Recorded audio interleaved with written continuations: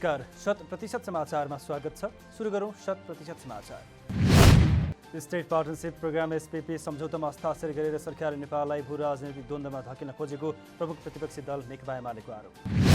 छिमेकी वा शक्ति राष्ट्रका आफ्ना स्वार्थ र रणनीतिहरू हुने भए पनि उनीहरूको साझेदार नेपाल बन्न नहुने जिकिर। सरकारले हस्ताक्षर गर्न भनेर तयार गरेको डकुमेन्टले केही गम्भीर प्रश्न उठाएको एमालेका सांसद प्रदीप ग्यावालीको भनाइ। नेपाली कङ्ग्रेसका सांसद गगन कुमार थापाद्वारा अमेरिकाले प्रस्ताव गरेको स्टेट पार्टनरशिप प्रोग्राम एसपीपी सम्झौताबारे प्रधानमन्त्री शेरबहादुर देउवाको जवाब माग। कुनै पनि शक्ति राष्ट्रको सामरिक स्वार्थ जोडिएको कार्यक्रममा नेपाल सहभागी हुन नहुने भन्दै एसपीपी संविधान विपरीत दाबी। नेपाली विकासका लागि सबै मित्र राष्ट्रहरूसँग मिलेर काम गर्नुपर्ने, तर उनीहरूले यो गर वा त्यो गर भनेको कुरा सुन्न नहुने सांसद थापाको तर्क। सरकारले गर्ने भएको छ सर्वोच्च अदालतको न्यायाधीश नियुक्तिका लागि छुट्टै निर्देशिका जारी। क्षमता भएका न्यायाधीशहरू सर्वोच्च अदालतमा नियुक्त हुने गरी निर्देशिका जारी गर्न लागि कानुन न्याय तथा संसदीय मामिला मन्त्री गोविन्द प्रसाद शर्मा कोइरालाद्वारा जानकारी।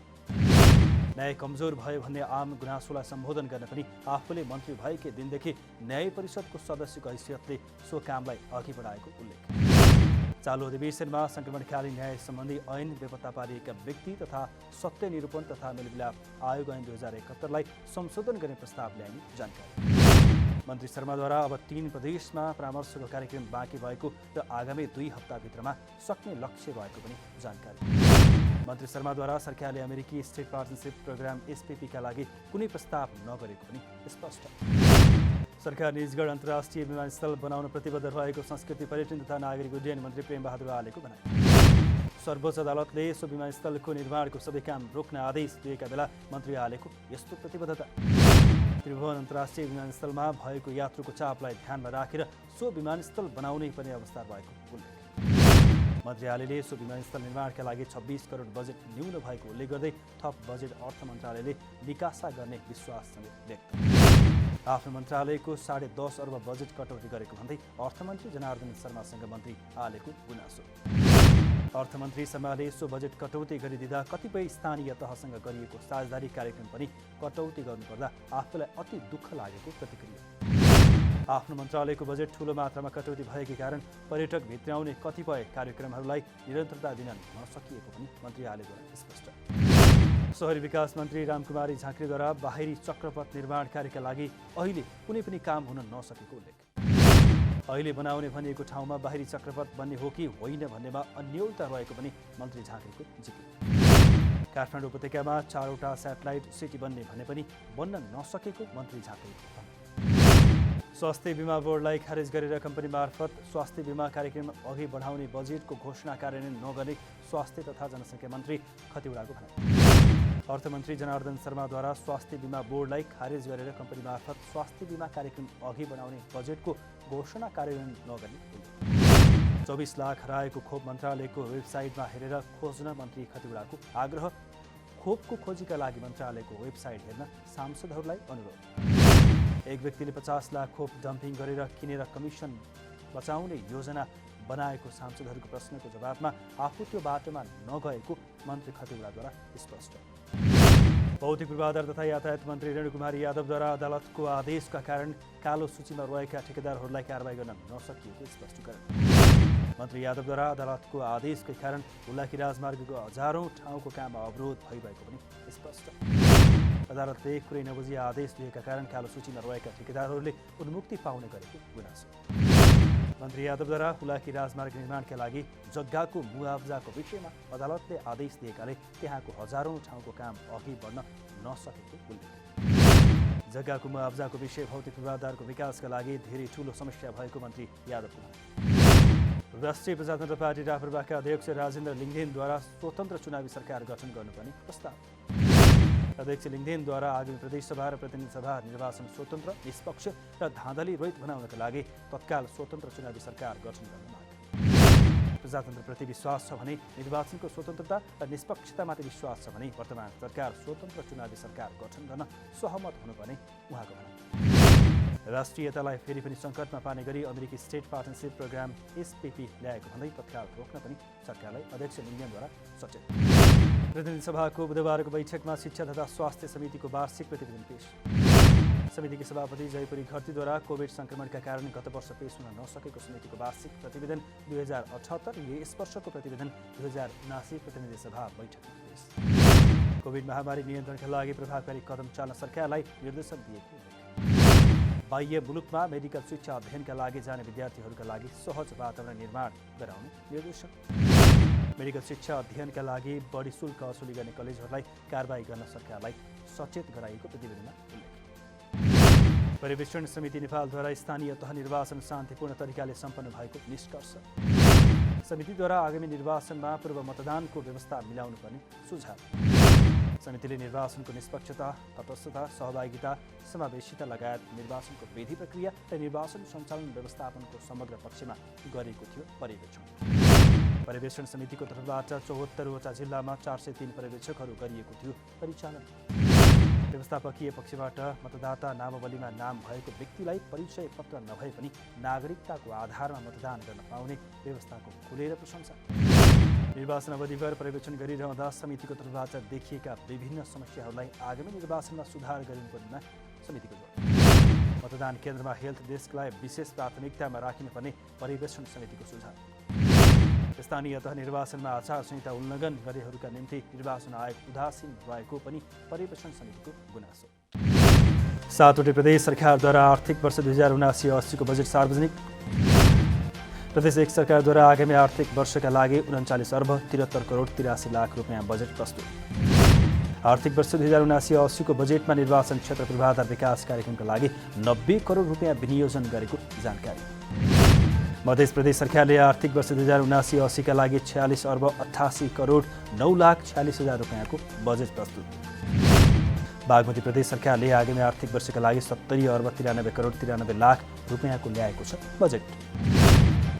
गण्डकी प्रदेश सरकारका अर्थमन्त्री रामजी प्रसाद बरालले बुधबार प्रदेश सभा बैठकमा 35 अर्ब 90 करोड 90 लाख रुपियाँको बजेट सार्वजनिक। सुदूरपश्चिम प्रदेश सरकारद्वारा आगामी आर्थिक वर्ष 2079-80 का लागि 36 अर्ब 74 करोडको बजेट सार्वजनिक। कर्णाली प्रदेश सरकारले आगामी आर्थिक वर्ष 2079-80 का लागि 32 अर्ब 61 करोड 61 लाख 63 हजारको ल्याएको छ बजेट। यस आर्थिक वर्षको जेठ महिनासम्ममा 168 मुद्दा दर्ता भएको श्रम अदालतद्वारा जानकारी। गत वर्षदेखि बाँकी रहेको र यस वर्ष दर्ता भएका श्रम सम्बन्धी मुद्दा जम्मा 397 मुद्दामध्ये 204वटा मुद्दाको फर्चेट भएको तथ्याङ्क। आर्थिक वर्ष 2078-79 को जेठ महिनासम्म 168 थान मुद्दा दर्ता भएकोमा 193 मुद्दा फर्चेट भएको श्रम अदालतद्वारा जानकारी। यसैले कांग्रेस प्रदेश एक संसदीय दलले प्रदेशको नाम चयन गर्नका लागि अन्य दलसँग छलफल गर्न संसदीय दलका नेता राजीव कोइरालालाई दिएको छ जिम्मा। कांग्रेस संसदीय दलका नेता कोइराला सत्तारूढ गठबन्धनको प्रदेश राजनीतिक संयन्त्रका हुन् संयोजक। संसदीय दलको बैठकद्वारा जारी 10औं तथा अन्तिम बजेट अधिवेशनमा बजेट पारित भएपछि प्रदेशको नामाकरण गर्ने भन्दै पहल गर्ने निर्णय। कांग्रेस प्रमुख सचेतक सूर्य महाराज राईका अनुसार बैठकले नामका विषयमा पार्टीभित्र साझा धारणा बनाउने निर्णय।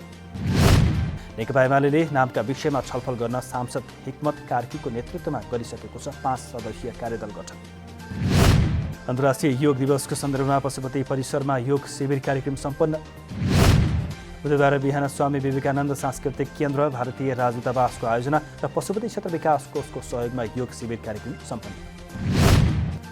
भारतीय सांस्कृतिक सम्बन्ध परिषदका अध्यक्ष डाक्टर विनय सहस्रबुद्धेको प्रमुख आतिथ्यमा पशुपति परिसरमा योग शिविर कार्यक्रम सम्पन्न। शरीर स्वास्थ्य राख्नुको लागि योगको साधन गर्न आवश्यक रहेको पशुपतिनाथ मन्दिरका मूल भट्ट गणेश रावलको भनाइ। भारतीय सांस्कृतिक सम्बन्ध परिषदका अध्यक्ष डाक्टर विनय सहस्रबुद्धे र पशुपति क्षेत्र विकास कोषको तर्फबाट पशुपति परिसरमा रुद्राक्ष र कपुरको वृक्षारोपण। नेपाल स्केटिङ तथा स्केट बोर्डिङको आयोजनामा 5औं राष्ट्रिय स्केटबोर्ड प्रतियोगिता असार पहिलो साता हुने। Nepal skating and skate boarding सङ्घद्वारा बुधबार पत्रकार सम्मेलन गरेर 5औं संस्करण राष्ट्रिय प्रतियोगिता पोखरामा असार 6 र 7 गते गर्ने जानकारी। पोखरा रङ्गशालामा रहेको अन्नपूर्ण स्केट पार्कमा आयोजना हुने प्रतियोगितामा 22 देखि 25 जिल्लाका 100 जना पुरुष र 30 जना महिला खेलाडीले गर्नेछन् प्रतिस्पर्धा। कोरोना महामारीका कारण समयमा हुन नसकेको प्रतियोगिता महामारीको अवस्था केही मत्थर भएसँगै आयोजकले प्रतियोगिता पोखरामा गर्दैछ आयोजना। 2015देखि सञ्चालनमा आएको यो प्रतियोगिता यसअघि पोखरामा 2 पटक सम्पन्न भएको छ भने काठमाडौँमा 2 पटक भएको छ आयोजना। प्रतियोगितामा स्ट्रिट स्केटबोर्ड र पार्क स्केटबोर्ड विधामा प्रतिस्पर्धा हुने सङ्घका अध्यक्ष अच्युत खनालद्वारा जानकारी। चितवन राष्ट्रिय निकुञ्जभित्र गरिने पर्यटकीय गतिविधि बुधबारबाट बन्द। वर्षा सुरु भएसँगै जङ्गल सफारी, जङ्गल वाक, राप्ती नदीमा गरिने डुङ्गा सयर लगायतका गतिविधि बन्द। निकुञ्जभित्रका खोला तथा खोल्सामा बाढी आउने, कच्ची बाटाहरू बिग्रिने र रुखहरू लडेर बाटो अवरुद्ध हुन सक्ने भएकाले निकुञ्जभित्रका पर्यटकीय गतिविधिहरू बन्द गरिएको जानकारी। कर्जाको दुरुपयोग बढेको नेपाल राष्ट्र बैंकको दाबी। मौद्रिक नीति जारी गर्नुअघि नेपाल राष्ट्र बैंकद्वारा 27वटै वाणिज्य बैंकका प्रमुख कार्यकारीसँग छलफल गर्दै कर्जा दुरुपयोग बढेको जानकारी। केन्द्रीय बैंकले तोकेभन्दा फरक तरिकाले ब्याज प्रिमियर तोक्ने र परिवर्तन गर्ने गरिएको अभ्यासबारे सचेत गराउँदै उल्लङ्घन गरे कारबाही गरिने दिएको छ चेतावनी। कतिपय कर्जाहरू कर्जा प्रवाह गर्दाका बखतमा आधार दरभन्दा कम ब्याज दर हुने गरी समेत प्रवाह भएको राष्ट्र बैंकद्वारा प्रमुख कार्यकारी अधिकृतहरूलाई जानकारी। कर्जामा लिइने सेवा शुल्कमा राष्ट्र बैंकको नीति बमोजिम 20% भन्दा फरक हुन नहुने भए पनि त्यसो नभेटिएको राष्ट्र बैंकको भनाइ। विश्व स्वास्थ्य संगठन WHOद्वारा विश्वमा हालसालै देखिएको मंकीपक्स भाइरस संक्रमणको अवस्था निकै असामान्य र चिन्ताजनक रहेको दाबी। संगठनका महानिर्देशक डाक्टर टेड्रोस अधानोम गेब्रेयेससद्वारा यस विषयमा छलफलका लागि आगामी हप्ता आपतकालीन समितिको बैठक आह्वान। सो बैठकमा मंकीपक्स भाइरस संक्रमण अन्तर्राष्ट्रिय सार्वजनिक चिन्ताको विषय हुन सक्छ वा सक्दैन भन्ने विषयमा छलफल हुने। हालसम्म 39 देशमा फेला परेको मंकीपक्स 1600 भन्दा बढीमा पुष्टि भइसकेको छ भने 1500 बढीमा संक्रमणको आशंका गरिएको WHOद्वारा जानकारी। यसरी तीव्र रूपमा संक्रमण फैलिनुको मुख्य कारण शारीरिक सम्बन्ध नै रहेको गरिएको छ दाबी। विश्व स्वास्थ्य संगठनका अनुसार 39 देशमध्ये 7 देशमा वर्षौंदेखि भाइरस संक्रमण देखा पर्दै आइरहेको छ भने 32 देशमा पहिलो पटक संक्रमण फेला। रुसले पूर्वी युक्रेनी सहर दोनेत्स्कमा रहेको एजेड केमिकल प्लान्टमा आश्रय लिएका युक्रेनी फौजलाई आत्मसमर्पण गर्ने दिएको छ मौका। दुवै सहर र एजेड प्लान्ट हालैका हप्ताहरूमा द्वन्द्वको केन्द्र बनेका छन्। सहर कब्जा गर्न खोजिरहेका रुसी सेनाद्वारा तीव्र गोलाबारी। युक्रेनी सर्वसाधारण र सैनिकहरू कारखानामा लुकेको स्थानीय अधिकारीहरूद्वारा जानकारी। ICC पुरुष क्रिकेट विश्वकप लिग 2 अन्तर्गत अमेरिकामा भइरहेको त्रिदेशीय सिरिजमा नेपालद्वारा ओमान पराजित।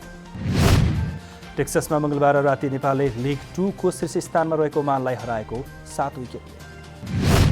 मौसा क्रिकेट मैदानमा ओमानले दिएको 164 रनको लक्ष्य नेपालले 33 ओभर 1 बलमा मात्र 3 विकेट गुमाएर गरे पुरा।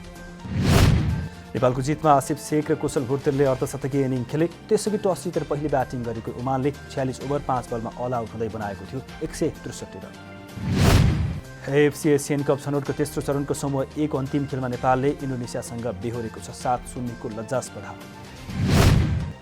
मंगलबार राति कुवेत सिटी स्थित जबर अल अहमद अन्तर्राष्ट्रिय मैदानमा नेपाल 10 खेलाडीमा सीमित रहँदै टुङ्गाएको थियो खेल। यो सँगै नेपालले प्रतियोगितामा लगातार तेस्रो हार बेहोरेको छ। हारसँगै नेपाल अङ्कविहीन रहँदै पुच्छारमा रहेर प्रतियोगिताको अन्तिम। 100% समाचार अहिलेलाई यति नै। नमस्कार।